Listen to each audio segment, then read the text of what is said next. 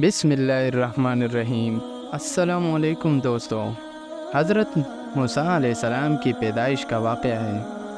ایک رات فرعون نے ایک خواب دیکھا کہ شام کی طرف سے ایک آگ آئی اور اس آگ نے تمام گھروں کو جلا ڈالا۔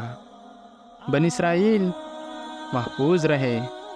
دہشت کے عالم میں بیدار ہونے کے بعد فرعون نے تمام کابینوں اور نجومیوں کو جمع کر کے اپنا خواب بیان کیا۔ نجومیوں نے اسے بتایا کہ بنی اسرائیل میں ایک بچہ پیدا ہوگا جو فرعون کی بادشاہت کو ختم کر دے گا۔ بنی اسرائیل کی یہاں بھی شروع سے ہی یہی بات مشہور تھی، لہٰذا اس خواب کے بعد وہ مزید فکر مند ہو گیا اور اس نے حکم جاری کر دیا کہ بنی اسرائیل میں پیدا ہونے والے تمام لڑکے قتل کر دیے جائیں۔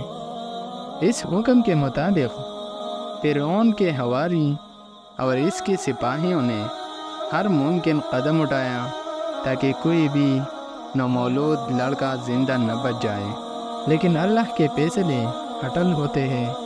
دیکھتے ہی دیکھتے بنی اسرائیل کے ہزاروں نومولود بچے ذبح کر دیے گئے۔ ان دنوں حضرت موسیٰ علیہ السلام کی والدہ اپنے حمل کے ابتدائی دنوں میں تھی۔ اللہ نے ان کی حفاظت کا سامان اسی طرح فرمایا کہ ان کی والدہ پر معمول کے مطابق حمل کے آثار ظاہر نہیں ہوئے، جن سے آپ فرعون کی چھوڑی ہوئی دائیوں کی نگاہ میں نہ آئے۔ انہوں نے اس بات کو چھپائے رکھا یہاں تک کہ پیدائش کا وقت قریب آ پہنچا اور انہوں نے بچے کو جنم دے دیا۔ اس بارے میں سوائے قریبی لوگوں کے کوئی اور نہیں جانتا تھا۔ نجومیوں نے فرعون کو اطلاع دی کہ بچہ پیدا ہو چکا ہے۔ اسی اطلاع نے فرعون کو بدحواس کر دیا۔ اس کے سپاہیوں نے گھر گھر تلاشی شروع کر دی۔ حضرت موسیٰ علیہ السلام کے والدہ سخت پریشان تھی۔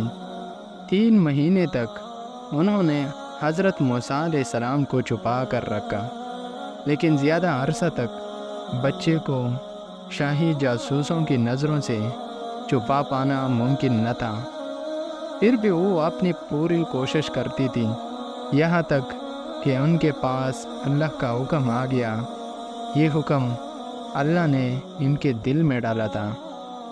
حضرت موسیٰ علیہ السلام کی والدہ کے دل میں خیال آیا کہ تابوت کی طرح ایک صندوق بنایا جائے اور اس بچے کو اس صندوق میں رکھ کر دریائے نیل کے بہاؤ پر چھوڑ دیا جائے۔ حضرت موسیٰ علیہ السلام کی ماں نے اللہ کے حکم کے مطابق بچے کو صندوق میں رکھا اور دریا میں چھوڑ دیا۔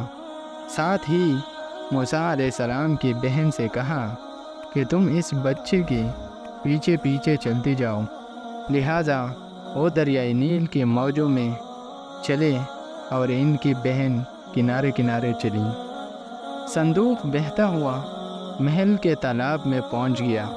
وہاں فرعون کی بیوی اور خادمائیں لطف اندوز ہو رہی تھی کہ صندوق پر ملکہ کی نظر پڑی۔ اس نے کنیزوں کو حکم دیا کہ صندوق کو تالاب سے نکال لاؤ۔ جب صندوق کھولا گیا تو اس میں ایک حسین اور تندرست بچہ آرام سے لیٹا ہوا تھا۔ ملکہ بہت خوش ہوئی۔ اس کی آنکھوں میں ممتا اتر آئی۔ شفقت و محبت سے بچے کو گود میں لے لیا۔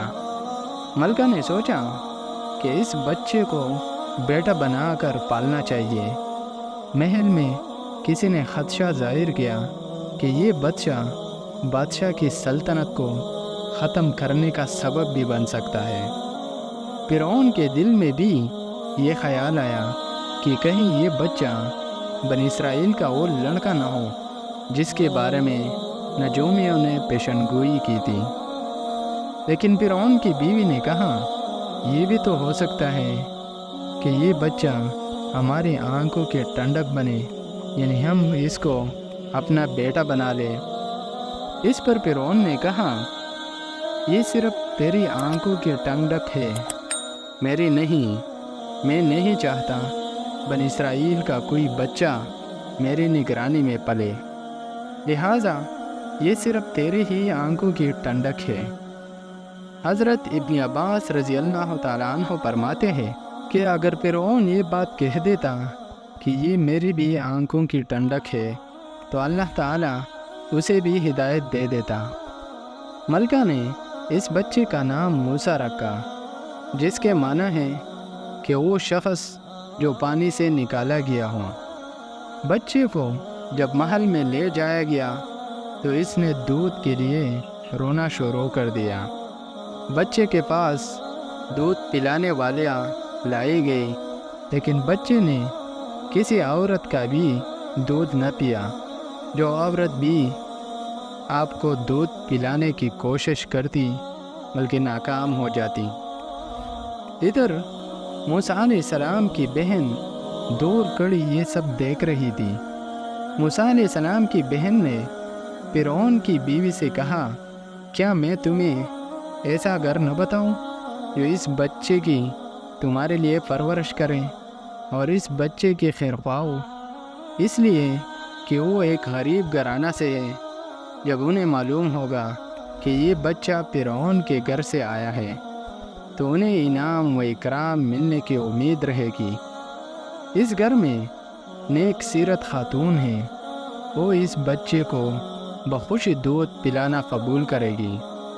فرعون کی بیوی نے کہا، چلو ٹھیک ہے، لہٰذا آپ کی بہن انہیں گھر لے کر آئی۔ محترمہ نے بچے کو دودھ پلایا تو آپ نے فوراً دودھ پینا شروع کر دیا۔ اب چونکہ بچے نے کسی اور کا دودھ پینا قبول نہیں کیا تھا، اس لیے وہ خود بچے کو لے کر آتے تھے۔ اسی طرح موسیٰ علیہ السلام کی والدہ کا بے حد احترام ہونے لگا۔ یوں حضرت موسیٰ علیہ السلام شاہی محل میں پرورش پا کر جوان اور توانا ہو گئے۔ لہذا اللہ نے آپ کو نبوت کے منصب پر فائز کیا۔ آپ نے بنی اسرائیل کو فرعون سے آزادی دلائی اور مصر سے نکل گئے۔ فرعون بنی اسرائیل کو ختم کرنے کے لیے لشکر لے کر روانہ ہوا۔ جب بنی اسرائیل بحر احمر کے قریب پہنچے تو اللہ نے ان کے لیے دریا کے بیچ سے راستہ کھول دیا، اور وہی موقع تھا جب فرعون کا وہ خواب پورا ہونے والا تھا اور اس کی بادشاہت اور لاؤ لشکر تباہ و برباد ہونے والا تھا۔ بنی اسرائیل تو سمندر کے پار چلے گئے، مگر جب فرعون اپنے لشکر سمیت ان کے پیچھے آیا تو سمندر کا یہ راستہ بند ہو گیا اور وہ اپنے لشکر سمیت اس سمندر میں غرق ہو گیا۔